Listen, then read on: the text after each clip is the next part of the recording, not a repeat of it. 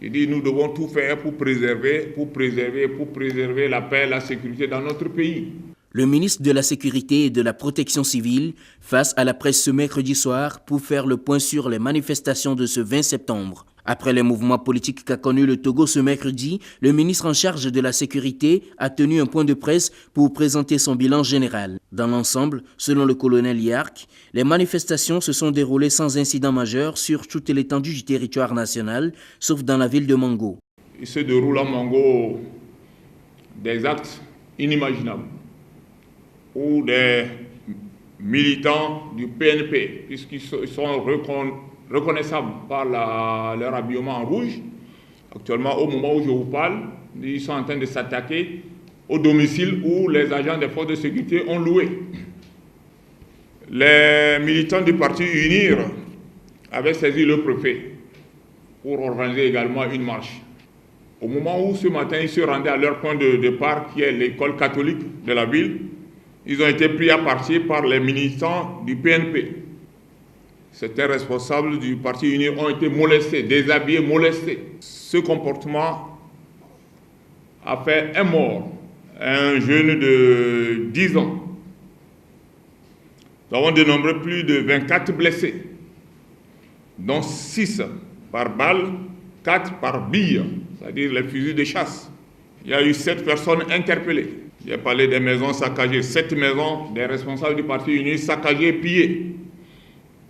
3 maisons incendiées, 3 véhicules incendiés, 10 motos incendiées.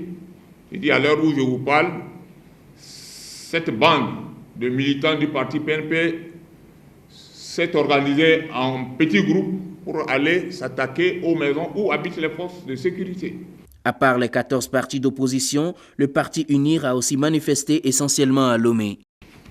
Maintenant, à Lomé, au carrefour de Makwe, estimé à 1 millier, au départ, la foule a atteint 3000 et s'est jointe à ceux venant de Gakoto. On dit au point de chute, les manifestants des 2 points, c'est-à-dire ceux qui sont venus de Gakoto et d'Atoukoumé, faisaient à peu près 10 000 à 11 000. Un groupe de manifestants du parti UNIR qui est parti de la plage pour atterrir à Casablanca, en face du collège Le Plateau. Ces manifestants sont estimés entre 15 et 16 000. Un deuxième groupe est parti du terrain du Serfer, au départ à 1 millier, au point de chute, c'est-à-dire le terrain de Foreva, à peu près 1500 personnes.